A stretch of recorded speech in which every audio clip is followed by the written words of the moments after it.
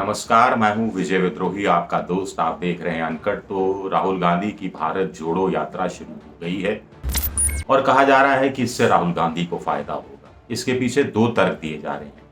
कहा जा रहा है कि इससे पहले जितनी भी पद यात्राएं हुई हैं, जितनी भी रथ यात्राएं हुई हैं, जिन्होंने भी की हैं, उन सबको कुछ ना कुछ फायदा हुआ है। कुछ को ज्यादा हुआ है, कुछ को कम हुआ है।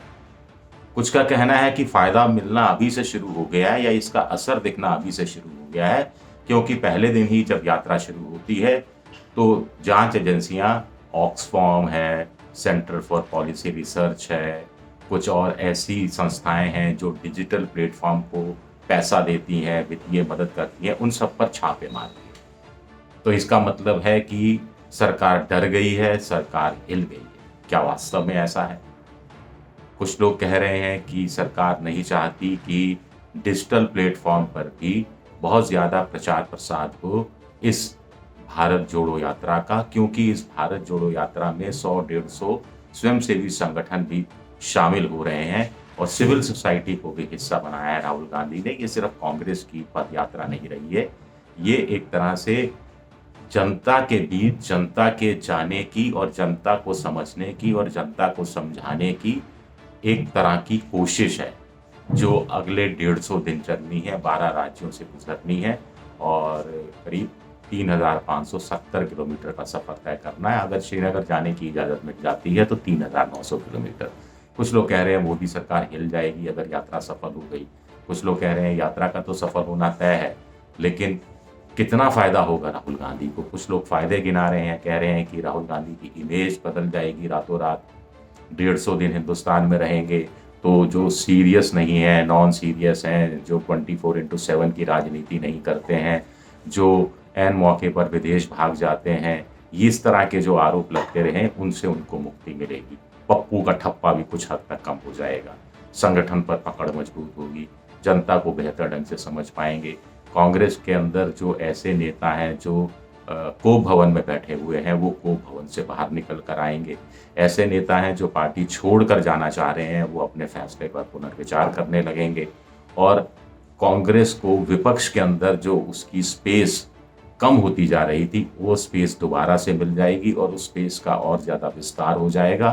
कांग्रेस को भी फायदा होगा और इस भारत जोड़ो यात्रा से जुड़ने वाली और विपक्षी पार्टियों को भी फायदा होगा, ये बात कही जा रही है। स्टालिन ने रवानगी की, बीच में नीतीश भी जुड़ सकते हैं, ऐसा कहा जा रहा है। शरद पवार महाराष्ट्र के अंदर और उत्तर प्रदेश में अखिलेश यादव साथ आ सकते हैं, कुछ देर साथ चल सकते हैं, ये बात कही जा रही है। तो क्या वास्तव में ये सब होगा? ये देखना दिलचस्प रहेगा। कांग्रेस कितनी मजबूत होगी, कांग्रेस की जड़ें कितनी पकड़ होंगी, ये सब देखना दिलचस्प होगा। लेकिन आमतौर पर क्या होता है कि पदयात्राएं निकाल देने से ही पदयात्रा सफल नहीं हो जाती, या उसका चुनावी लाभ या पॉलिटिकल लाभ या संगठन को मजबूत बनाने का लाभ नहीं मिलता। उसके लिए अतिरिक्त प्रयास करने पड़ते हैं, अतिरिक्त कोशिशें करनी पड़ती हैं। Follow up, follow up, follow up, follow up बहुत ज़रूरी होता है। अडवाणी जी ने रथ यात्रा निकाली तो उसके बाद वो घर जाकर नहीं बैठ गए। संघ का कार्यकर्ता, बीजेपी का कार्यकर्ता रामलल्ला का नाम ले लेकर और गांव-गांव पहुंचा, शहर शहर पहुंचा, जनता के बीच पहुंचा और अडवाणी जी की रथ यात्रा का जो निचोड़ था जनता तक पहुंचाया। यही काम चंद्रशेखर ने अपनी यात्रा के दौरान किया था।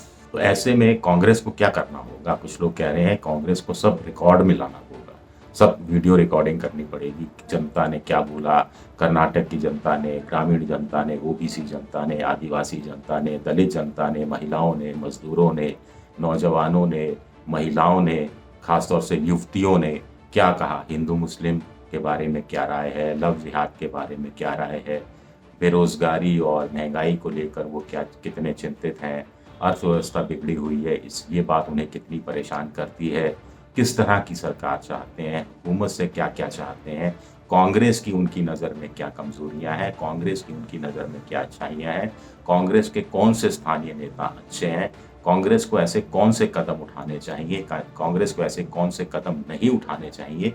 ये सारी जानकारियां अगले 150 दिन में बहुत भारी तादाद में कांग्रेस के कार्यकर्ताओं को या फिर कांग्रेस के नीति निर्धारकों को मिल सकती है, अगर वो इसका टैबुलेशन शुरू करें, इसको रिकॉर्ड में लाना शुरू करें और रिकॉर्ड का अध्ययन करना शुरू करें कि कहाँ किस वर्ग ने क्या कहा, कितने परसेंट लोग ये चाहते हैं, कितने परसेंट दलित, कितने परसेंट ओबीसी, कितने परसेंट मुस्लिम, कितने परसेंट ऊंची जातियों के लोग, तो उसके आधार पर फिर वो एक निष्कर्ष पर पहुंच सकते हैं कि कांग्रेस को क्या लाइन लेंथ पकड़नी है।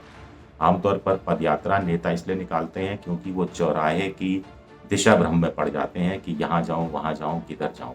तो ऐसे में पद यात्रा उनके लिए एक, हम कह सकते हैं, मील के पत्थर का काम करती है, या समुद्र में जो लैंप पोस्ट होता है उसका काम करती है। उससे वो राह का पता लगाते हैं। तो कांग्रेस के नेता राहुल गांधी जब इतनी बड़ी, ये मैं कह रहा हूँ, चुनौती ले रहे हैं, इतना बड़ा जोखिम उठा रहे हैं, क्योंकि जोखिम इसलिए क्योंकि ये यात्रा या तो राहुल गांधी को खड़ा कर देगी, स्थापित कर देगी, या फिर वो हाशिए पर बिल्कुल बिल्कुल चले जाएंगे। ये बात भी, ये आशंका भी व्यक्त की जा रही है, कांग्रेस के अंदर भी व्यक्त की जा रही है, कांग्रेस के बाहर भी की जा रही है।